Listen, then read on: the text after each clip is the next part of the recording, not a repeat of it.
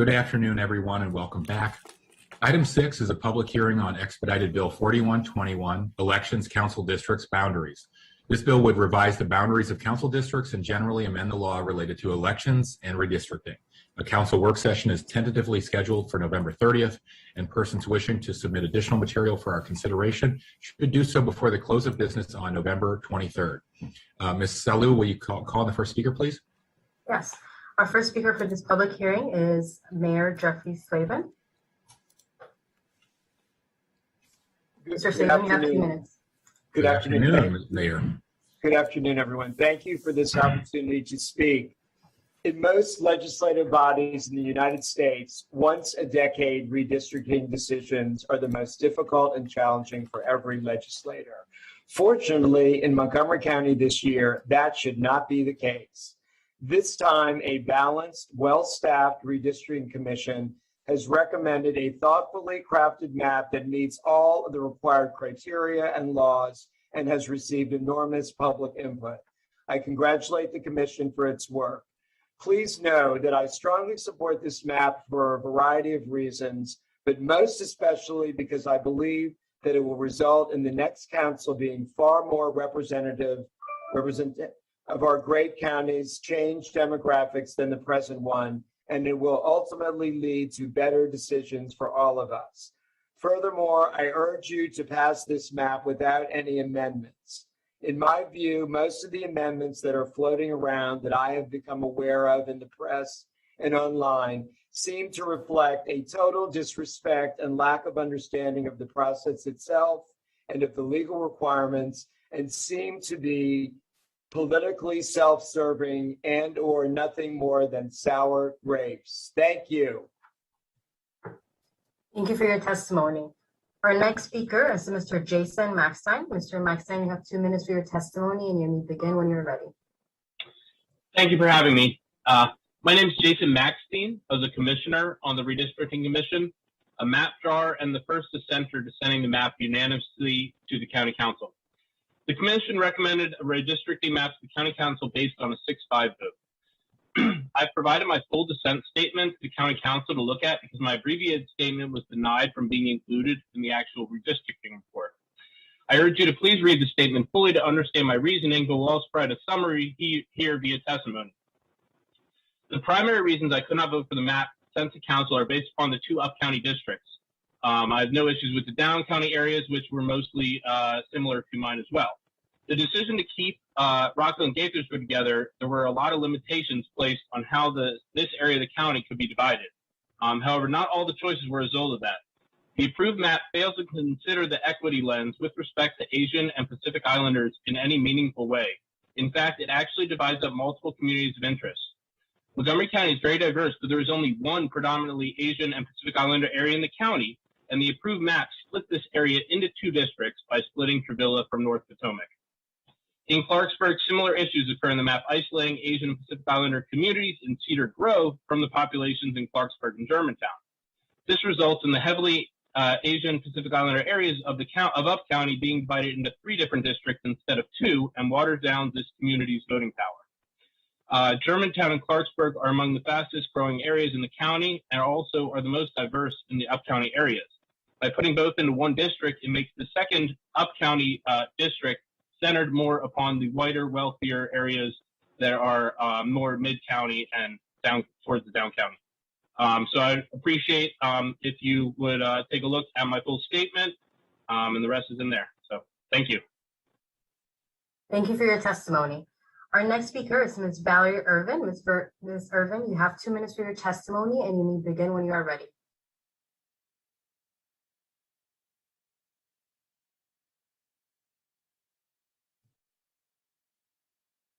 You're muted. I think you're muted, Valerie. I am so sorry. Sure. Let me start again. Good afternoon, members of the council. It was truly an honor and a privilege to serve on the Montgomery County 2021 Redistricting Commission. Thank you for the opportunity. I am testifying today to share with you some of my thoughts on the map that was recommended by the Redistricting Commission and is currently before the council. For those who may not be aware, the commission is made up of Republicans, Democrats, Independents, and 1 Libertarian. We hailed from every region of the county and came together and worked for 7 months drafting and creating a map that added 2 new councilmanic districts. This was not an easy task. We had some ground rules laid out before us in creating this map that included compactness, contiguity, minority representation, preservation of communities of interest, and we had to ensure that there was no packing of populations into one single district or splitting, which could potentially split populations in a manner that dilute their impact on elections. The map before you is historic in nature. It creates a district in the East County with a plurality of African Americans and creates another district in the Wheaton area with a plurality of Latinos. 6 of the 7 districts are a majority people of color, which is in alignment with the census data that we received indicating the dramatic shifts in population in Montgomery County and in the state of Maryland. Maryland is now the 4th most diverse state in the country. This is who we are. In your deliberations, please consider that this map is in fact a map that will finally create full representation for all residents of the county. We should not back away from what that means. We were able to confront and eliminate systemic barriers on marginalized communities in terms of their ability to fully participate in the political and electoral process, and that is a big deal. And finally, residents in the county will find that by adding 2 new councilmanic districts, along with the 4 at-large council seats, will create more representation for all residents countywide. Nothing has been diminished. We have grown the ability for a representative democracy to thrive in Montgomery County. Thank you so much.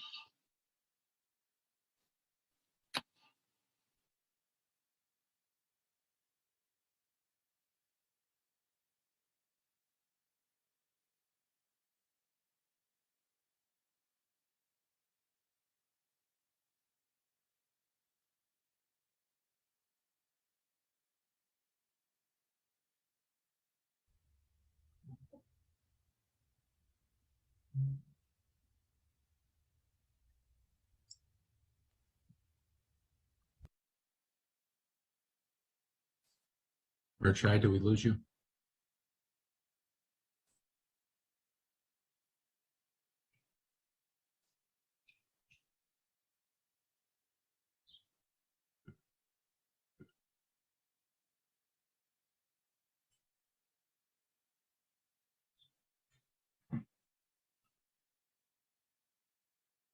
Ms. Rubin, we saw you. If you want to go next, you're next on the queue. Great. Thank you so much for this opportunity to speak. My name is Nilmani Rubin, and like the previous 2 speakers, I was a commissioner on the 2021 Montgomery County Redistricting Commission. And I'm really proud of the work we did on our map and think it makes strides towards equity for many groups in our county. Unfortunately, it doesn't make those strides for Asians and Pacific Islanders. I think that for this one community, we were off the mark in trying to fulfill the equity lens. There's only one Asian majority census tract in Montgomery County, and the map that was sent forward splits the census tract, and that therefore dilutes the voting power of the Asian American community. The second issue is on the Up County. The reason 2 seats were the drive for 2 seats to be added was really the feeling that people Up County felt underrepresented. And right now, putting Clarksburg and Germantown together, given the growth in Clarksburg, means that, these maps are here for 10 years, that we're going to have some underrepresentation of people in the Up County going forward. I would suggest for the next redistricting commission, though it's not going to be for another 10 years, that they be required to hold a public hearing. I think that our chairperson's decision to not have one, though we had previously agreed to have a public hearing, was a real miss.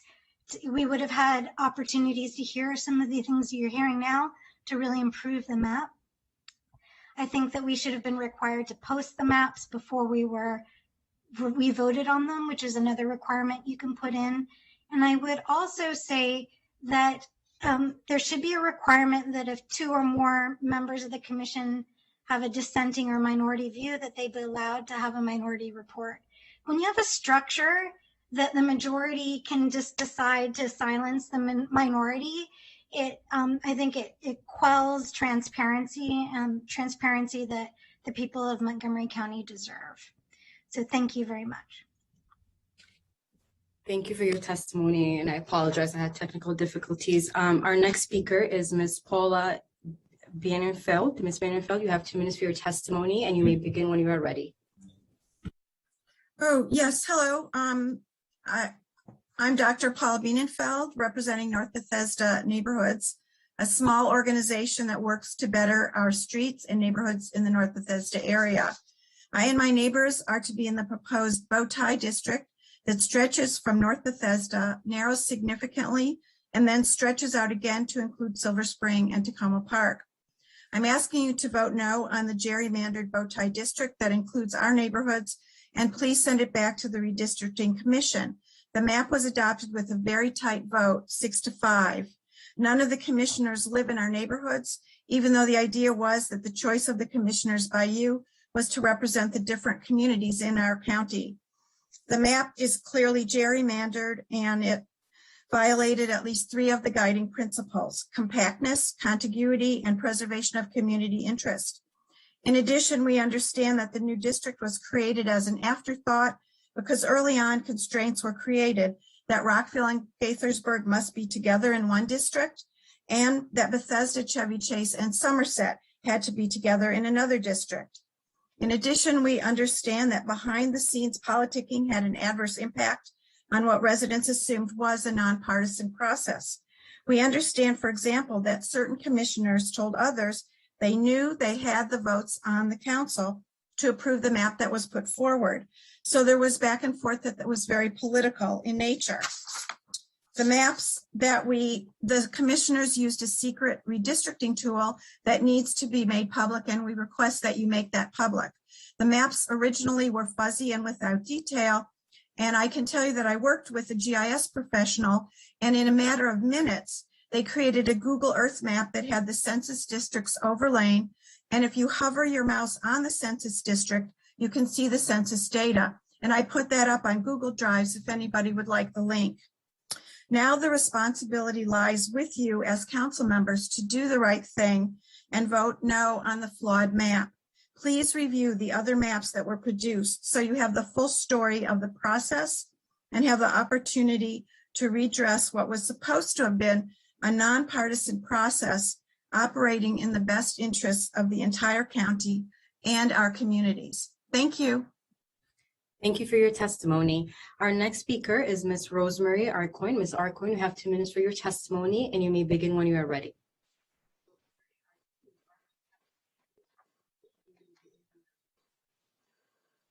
Hello.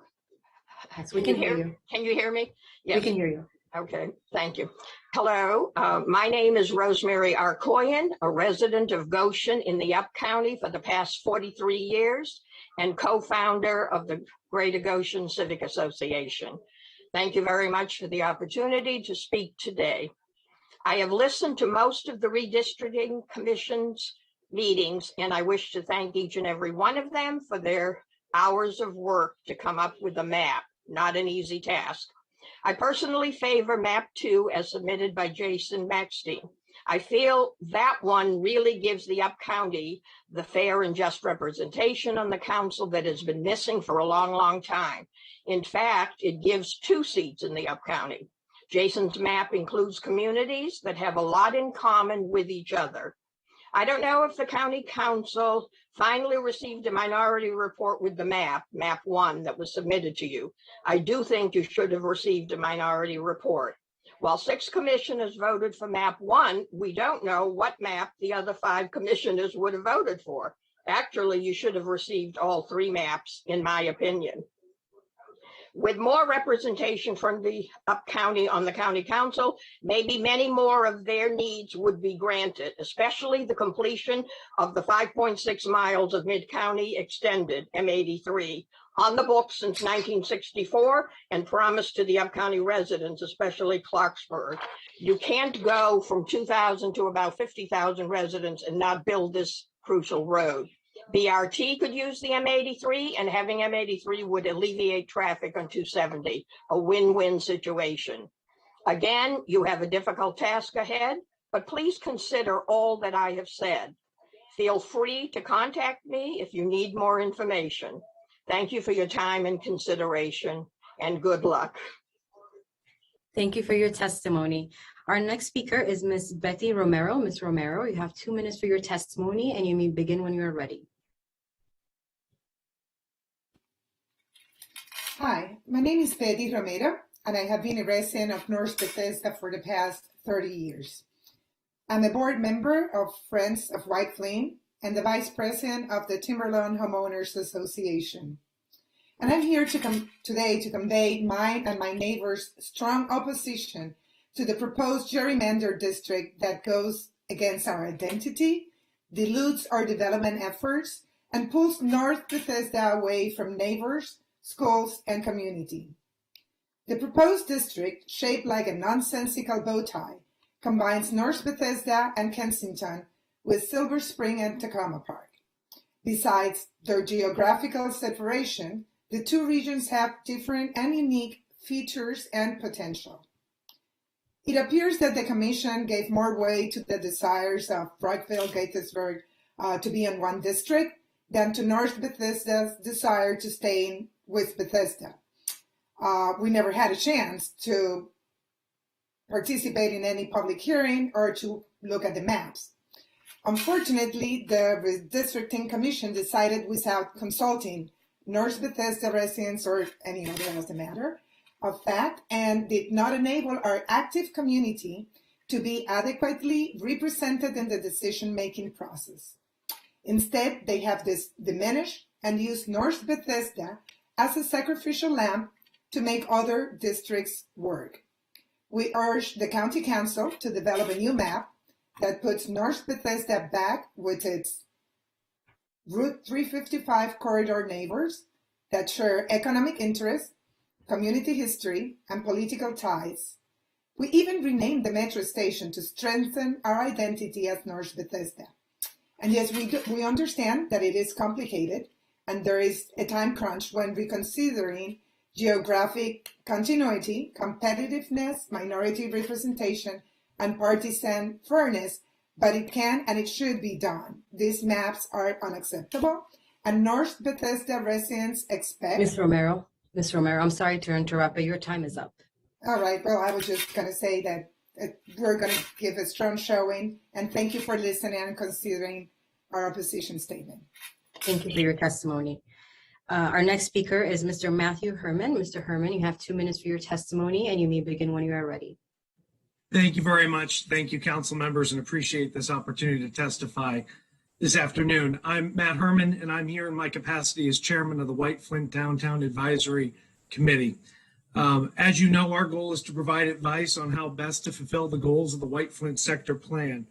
And by a unanimous vote on November 3rd, we voted to oppose the plan that was forwarded from the Redistricting Commission. And as others have noted, we recognize that the Commission on Redistricting had no easy task, and they are a bunch of volunteers that are there to support their county, much like the members of WFDAC.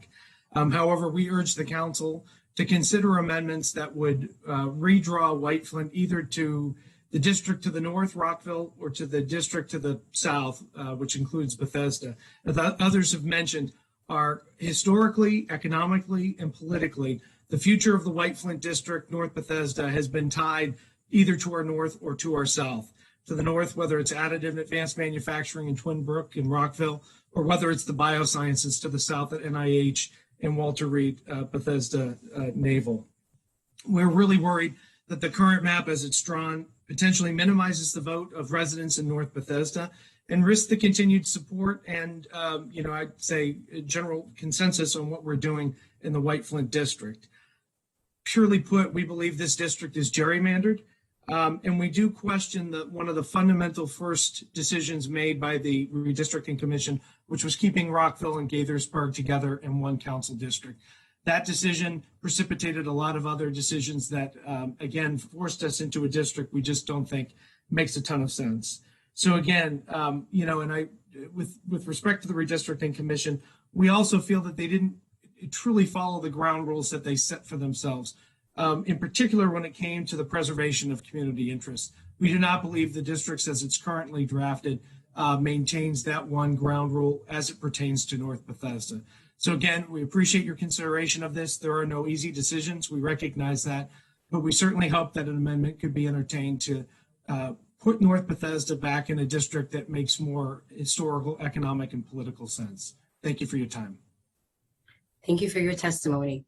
Our next speaker is Ms. Jacqueline Coolidge. Ms. Coolidge, you have 2 minutes for your testimony, and you may begin when you are ready.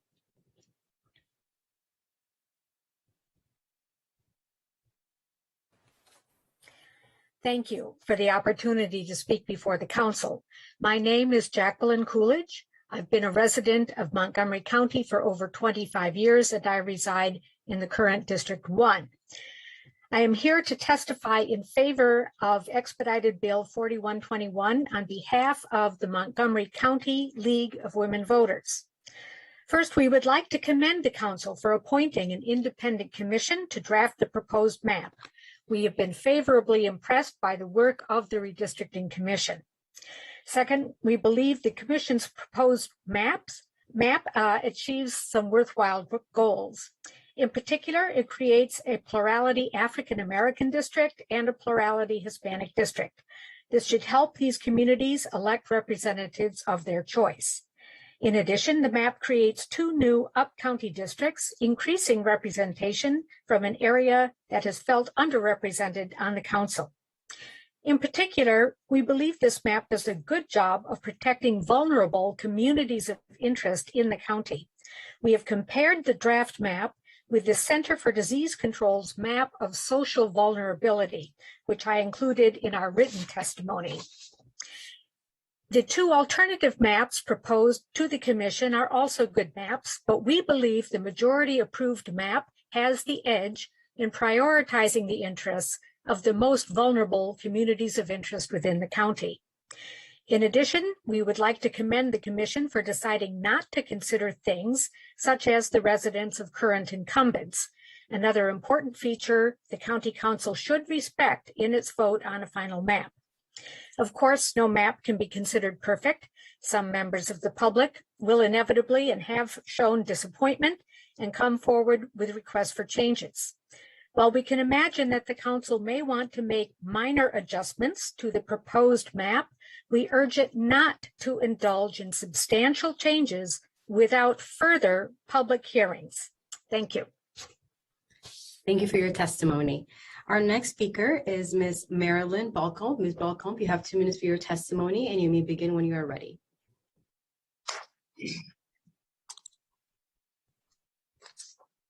Thank you. Thank you, Council President and County Council members. My name is Marilyn Balcombe. I've been a resident of Germantown for over 25 years, and for transparency, I'm also running for Montgomery County Council in District 2. When the Redistricting Commission transmitted their proposal to the council, there were several references made to 2 up-county seats. We heard it just now in the last testimony. That is simply not true. Land mass does not equal population. When you look at the map, it looks like the up-county might be equally divided, but anyone who knows our community, and certainly anyone who's worked on these maps, knows that that's not the case. With 2 new seats on the council, there was some expectation that both East County and Up County would get some additional representation. As we know, that didn't happen. From the very beginning of the commissioners' meetings, there was a collective understanding that the end result would ensure that the East County would finally receive representation they deserved. No such assumption was made for the Up County. In fact, when one commissioner did try to get increased representation for the Up County, he was met by an exasperated, almost accusatory tone of why he was so focused on Germantown, as if Germantown were not the largest community in the entire county. I attended all the commission meetings, and I've personally drawn over 100 maps. I know that you can't change one boundary without changing the others. I'm not suggesting any changes for the map. What I'm asking for is that everyone be honest about what went down. Not only did the Up County not gain representation, we lost representation. Currently, there's one of 5 districts completely in the Up County. In the proposed map, we are now only one of 7, and that doesn't count the at-large. The Up County's been my home for over 25 years. It's an asset to the entire county. Not only do we deserve respect, but we deserve representation. Thank you. Thank you for your testimony. Our next speaker is Ms. Abby Milestein. Ms. Milestein, you have 2 minutes for your testimony, and you may begin when you are ready. Good afternoon, Council President Tom Hucker and members of the County Council. My name is Abby Milstein. I've been a Montgomery County resident for more than 25 years, both Up County and Down County, a Lux Manor resident, and a former Lux Manor Association president and a current trustee. The Redistricting Commission's current map draws a gerrymandered district that minimizes the Lux Manor Association's voice in local politics, pulls our association away from our neighbors, schools, and community, and stymies our needs for stormwater management, traffic management, and pedestrian safety. By connecting North Bethesda, an unincorporated area composed mostly of residential homes, apartments, and condominiums, with a much larger and significantly better organized and strategically funded areas such as Tacoma Park and Silver Spring, the opportunity for our community to voice our concerns for our residents is severely compromised. The population of the gerrymandered district will be largely composed of more than 100,000 residents from Silver Spring and Tacoma Park. Future elections of a council representative from this district will be heavily influenced by the wants and needs of these 100,000 voters. Lux Manor's voice will be drowned out. The gerrymandered district fails to meet even basic requirements for a new council district. The bow tie shaped district is not compact. It is not contiguous. It does not preserve political subdivisions, and it does not preserve community areas. Our community will be impacted by future programs, including BRT, which is currently scheduled to run alongside our neighborhood, the widening and operational changes of the I-270, I-495 corridor, the rebuilding of Woodward High School to meet the needs of a severely overcrowded Walter Johnson High School, significant development along Executive Boulevard, Jefferson Street, and Old Georgetown Road, the 355 corridor, and the creation of the Global Pandemic Response Center at White Flint Metro Station, which is now renamed North Bethesda. We need significant representation on the council. We need a very strong voice. Please consider a new map or revisit map number 3. Thank you for your time. Thank you for your testimony. Our next speaker is Mr. Robert Nelson. Mr. Nelson, you have 2 minutes for your testimony, and you may begin when you are ready. Good afternoon. I'm Robert Nelson, resident of Goshen and former chair of the Up County Citizens Advisory Board. When the redistricting process began, we in the Up County had great expectations that the resulting districts would ensure that communities would be kept intact and that the Up County would receive the greater representation that it deserves. Unfortunately, at both the macro and micro level, there are deficiencies. The proposed District 7 stretches from the extreme north of the county through the agriculture reserve into much more densely populated areas toward the southeast, making it difficult for a potential county council member to balance district priorities. And since the Up County is the fastest growing area of the county, the imbalance will soon be exacerbated. For those of us here in Goshen, there are anomalies as well. Although I'm located less than 2 miles from where the newly appointed advisory board representative from Goshen lives, she's in proposed District 2 while I'm in proposed District 7. The co-founder of the Greater Goshen Civic Association, Rosemary Arkoyan, who you just heard from, lives in the new District 7. But the chair of the Goshen Historical Preservation Society, Joanna Ty, also a past UCAB member representing Goshen, is in the new District 2. Equity is keeping communities together, not splitting them apart. You know, now that the major federal infrastructure bill has been signed by President Biden, the Up County is anxious to complete long-promised master planned projects. And one of the major infrastructure needs for the Up County, completing the 5.6-mile gap in the Mid-County Highway, will hopefully become a reality. This highway with transit speeding along at 50 miles per hour is far superior to the proposed Route 355 BRT running at 30 miles per hour. M83 traverses 3 of the newly proposed council districts. So it's an essential infrastructure for over 464,000 residents of those 3 council districts. Let's adopt a redistricting plan that does not divide Goshen community and gives the Up County its well-deserved representation. Thank you so much. Thank you for your testimony. Our next speaker is Mr. Jeffrey Resnick. Mr. Resnick, you have 2 minutes for your testimony, and you may begin when you are ready. Thank you very much. Good afternoon, council members. My name is Jeff Resnick. I'm a resident of the Park Overlook community in Durwood. I've been a resident of Montgomery County for about 17 years. Appreciate the opportunity to offer testimony on your redistricting process, which has resulted in the marginalization of Durwood and its population of more than 15,000 voters. I and many of my neighbors tried to make it clear to the redistricting committee that Durwood comprises the boundary limits of the 20855 zip code. This is not the first redistricting where the Durwood community has made this point. Indeed, despite continual reminders from our community about what the residents of Durwood consider to be the boundaries of Durwood, the underlying map of Montgomery County communities provided to the redistricting committee failed to represent our community. Our community, in fact, includes Redland, which is part of the 20855 zip code, as well as Upper Rock Creek Park. These are part of the zip code 20855, which should be unified and not separated. Moreover, in the proposal before you, a third of the Durwood community is just clumped in with an area labeled Gaithersburg, although it is not in the Gaithersburg city limits. My neighbors and I expected, and we still expect, Durwood to be unified in the new redistricting, not broken up, as the proposal before you will achieve. And achieving this goal will further marginalize our community unacceptably, undercutting our voices and advocating for basic public safety improvements and equitable, smart development. Our community has been marginalized for years, and the plan before you will only exacerbate this problem. Votes for the proposed plan equates to a vote to marginalize our community, and my neighbors and I will remember such votes at the next election, among many other aspects of public service, both ignoring and supporting our community.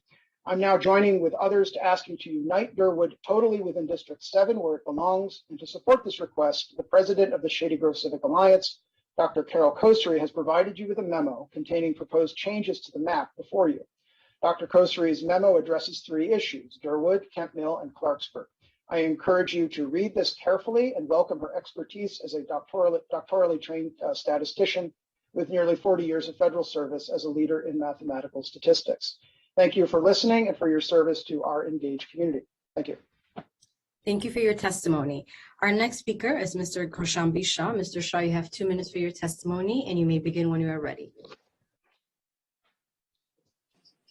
Good afternoon, County Council members. I'm Kaushambi Srivastava, resident of North Bethesda for 9 years, urban planner and designer by profession, mother of 2 boys aged 3 and 6, and moderator of 2 local groups, Windermere Moms and North Bethesda Parents. According to all our members, the recommended map is not good for the North Bethesda community. The proposed district is a bow tie shape, neither compact nor contiguous with adjoining territories as required by law. We are closely linked with our Route 355 corridor neighbors, and the new map segregates us from them.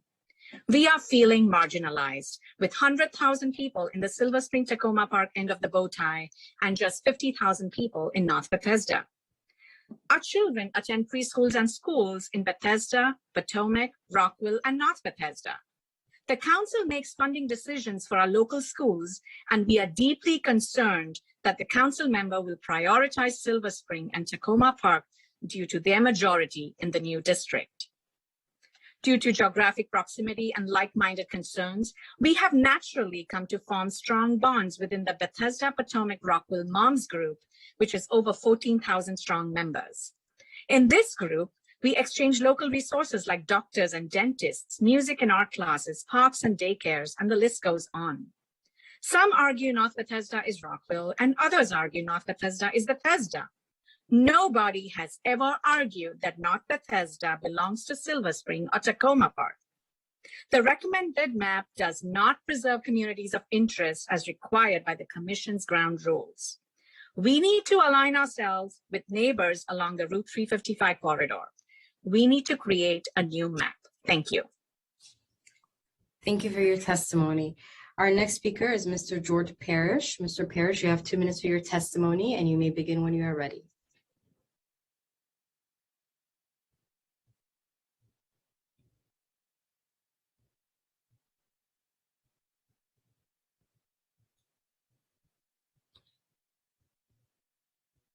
Is Mr. Parrish with us?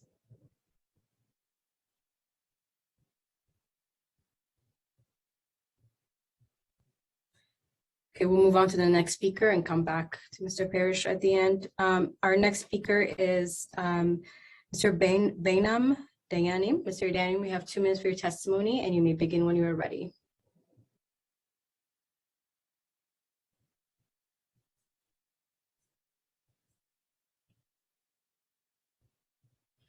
Okay, our next speaker, I was just told Mr. Bainam is not with us. Our next speaker is Mr. Ira Ungar. Mr. Ungar, you have 2 minutes for your testimony, and you may begin when you are ready. Thank you, council members. I am Ira Unger from the Kent Mill area of Wheaton, Silver Spring.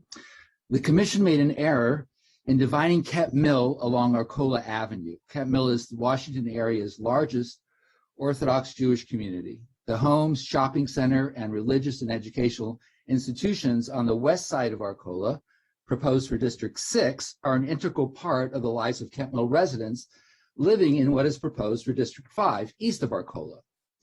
Once reunited, Kent Mill should be in District 6, not in District 5, that extends to the eastern border of the county. Most of Kent Mill's students attend the Berman Hebrew Academy in District 6 in Aspen Hill, where there is another Orthodox Jewish community.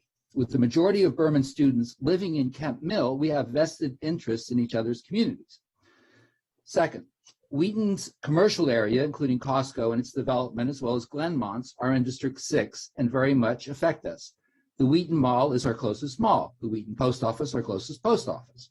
Third, as a community of common interest, the underlying premise of district boundaries, we are also connected to other institutions in District 6. 3 synagogues, 4 Jewish day schools, including the Charles E. Smith, 7 kosher restaurants. Kent Millers use District 6's medical services at Holy Cross, Medical Park Drive, and Georgia and Dennis. We turn to businesses and services in District 6 far more than those in 5, further east, which contain no Jewish establishments at all. Third, our community has been working with the 4th Police District that roughly overlaps with District 6 and will be accountable to it. The current district map is a clear error that will dilute the voice of our distinct community. I respectfully request your consideration as part of this redistricting process. Thank you for your testimony. Thank you. Our next speaker is Ms. Ashanti Martinez. Mrs. Martinez, you have 2 minutes for your testimony, and you may begin when you are ready. Good afternoon, Council Chair and Council members. I'm Ashanti Martinez on behalf of CASA, here to register testimony in support of Expedited Bill 4121. At CASA, our mission is to create a more just society by building power and improving the quality of life in working class and immigrant communities. CASA is the region's largest community organization serving the immigrant community with a growing membership of over 115,000. Since 2010, the state of Maryland has grown in population and diversity, and we are now home to over 6.2 million people, and Maryland's population of white residents has shrunk to 47% in the 2020 census count. In the 2020 census, the Washington, D.C. suburbs and D.C. commuter counties saw growth, particularly Montgomery County, which remains the state's largest county and home to the state's largest population of Latino and immigrant families.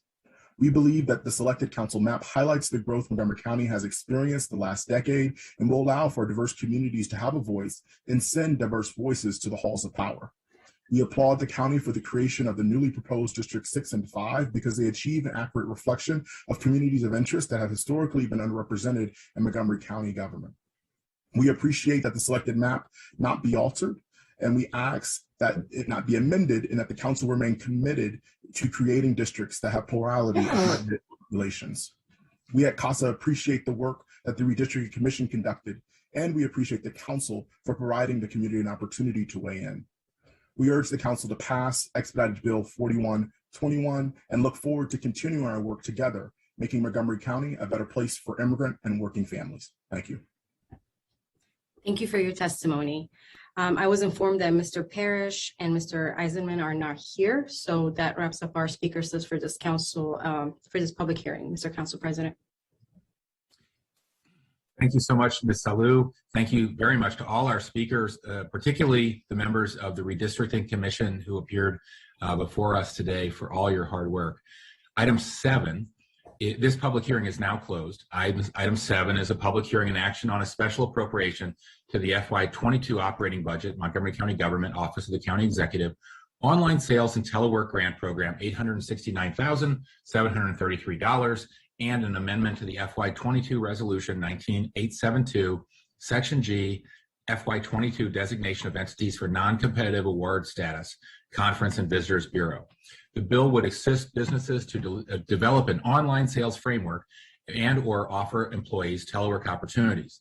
The county will administer the grant program, and Visit Montgomery will assist with creating a new business directory, marketing, and business outreach for the program. Action is scheduled immediately following this hearing, and there are no speakers for this hearing, so the public hearing is now closed. Is there a motion to approve the special? Councilmember Friedson, Councilmember Reamer seconds. All those, any discussion? If not, all those in favor please, of this special appropriation, please raise your hand. That is unanimous. Thanks, everyone. That is item 7. The council can now move on to legislative session day 32. The first is introduction of Bill 4421, the Montgomery County Green Bank funding fuel energy tax revenue. Lead sponsors are Council President Hucker and Councilmember Friedson. Thank you so much, Councilmember Friedson, for joining me in this, and for Councilmember Reamer for co-sponsoring it. 4 years ago, the council, as you all remember, passed a resolution that set our climate goal of reducing greenhouse gas emissions by 80% by 2027 and reaching 100% elimination by 2035. Unfortunately, we are way behind in meeting that goal. The council funded our climate action plan, you all remember, in 2019, which still has not provided the quantitative analysis that we requested in that RFP. And we have passed policies and funded programs that have moved us closer to meeting our climate goal, but only in small steps. We need to act swiftly in responding to climate change. And that starts by addressing the county's biggest contributors of greenhouse emissions, and that is the building sector. The building sector accounts for 50% of our emissions, with over half coming from commercial buildings. Addressing the urgent threat of climate change requires consistent investments to tackle carbon pollution from our aging buildings and a concerted partnership between the government and our private sector. So for months, I've been working hand in glove with climate advocates and leaders in the building industry and the Green Bank to assess a financing option that will make energy efficient retrofits more affordable for owners of commercial and multifamily properties. I'm proud to be co-introducing this with Councilmember Friedson right now. This historic bill will dedicate 10% of the county's energy tax revenues, nearly $20 million a year, to the county Green Bank. And the Green Bank, which obviously helps residents and businesses access funding for clean energy projects, will leverage the funds in the private and the public markets to provide much greater access to capital than to support the clean energy financing needs in our county. And this is particularly timely because Green Bank funds can be matched with state and federal funds that will now become available due to the federal infrastructure bill. The Green Bank is an amazing tool. It can leverage starting capital 4 to 5 times or even more. I believe that if we pass this legislation, we'll be able to put out $80 to $100 million on the street in grants and loans for energy efficiency improvements. The Green Bank has been an underutilized but powerful tool in our toolbox to move forward public-private partnerships to reach our climate goals. The private sector can't do it alone. We need to lead and set an example in the public sector as well. And Bill 4421 does just that. So look forward to working with all my colleagues on this bill and moving it forward. Thank you so much for your consideration. Councilmember Rice. Oh, Councilmember Navarro. I'm sorry, Councilmember Friedson. Beg your pardon. Got a lot of requests here. No problem. Well, thank you so much. I'm very pleased to be joining you in this effort in co-leading this bill. I think it's a really important way that, as we talk about a lot, leading by the power of our example, not just the example of our power when it comes to the climate crisis. And we are in a crisis. We're not going to be able to do it alone. And we're not going to be able to do it just by pointing fingers and expecting others to solve this issue. It can't just be the private sector on its own. It has to be a partnership between the public sector and the private sector. And this really does allow us to help to nurture nature, really, in the economy. We know that it's not for a lack of interest in energy efficiency projects. It's for a lack of resources that we haven't seen more progress on this. And if we're going to make the urgent changes that we need to make, and we're going to have to step up and help residents and businesses do it. We talk about raising the bar for the type of building that we have, for the type of energy efficiency that we require. We have to provide ladders to help our residents and businesses get over that bar. And this effort really helps to do that. It's an important step in the right direction. It's just one tool in our toolkit, and we need to do more. We recognize that. And it builds on what we've already done. I'm pleased that Councilmember Reamer is a co-sponsor of this. This builds on the efforts that we did and just added technical improvements to the green building energy tax credits that we've done with a really thoughtful amendment by Councilmember Navarro to have an additional emphasis in equity areas, because we know that environmental justice and social justice are intrinsically linked to one another. And so this is a really important bill. As noted, it will help to leverage. The dedication of this funding is critical because it doesn't just provide funding year in and year out that's competing against other priorities. It allows us to leverage in the private sector through the Green Bank 4 to 5 times what it otherwise would be, and then allows us access to state and federal funds, which uniquely in this moment in time are going to be available. And so the time is urgent when it comes to accessing those funds. It's even more urgent when it comes to tackling the climate crisis and addressing and meeting the ambitious goals we've set for ourselves, which we're already behind and catching up to. And we have a real opportunity to do something important. I would just also note Council President's predecessor as chair of the Transportation and Environment Committee, my predecessor in District 1, Roger Berliner, really was the brainchild for the Green Bank. And so privileged to join you in that and carry on what is, I think, the next step for the Green Bank and allowing us to bring the private sector and the public sector together, this uniquely positioned entity that's really building its pipeline and portfolio to be able to meet the challenges that we have and to allow residents and businesses who desperately want to do the right thing but lack the access to resources in order to make it happen. This organization is going to allow us to do that. The county can be a key partner here, and this really is the path forward if we're going to seriously address the climate challenges that we face. So thank you, Council President, and thank you to colleagues. Thank you so much, Councilmember Friedson. Sorry, Councilmember Novato. Floor is yours. Thank you so much. Thank you. Maybe we should name it the Berliner Green Bank. Yes. I just wanted to ask that I be added as a co-sponsor. Thank you. Oh, thank you.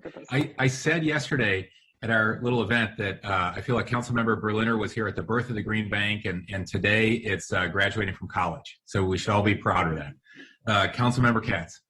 Thank you. Mr. President, I too would like to be added as a co-sponsor. Terrific. Thank you. Council Vice President Albornoz. Me as well. Thanks. Thank you. Councilmember Rice.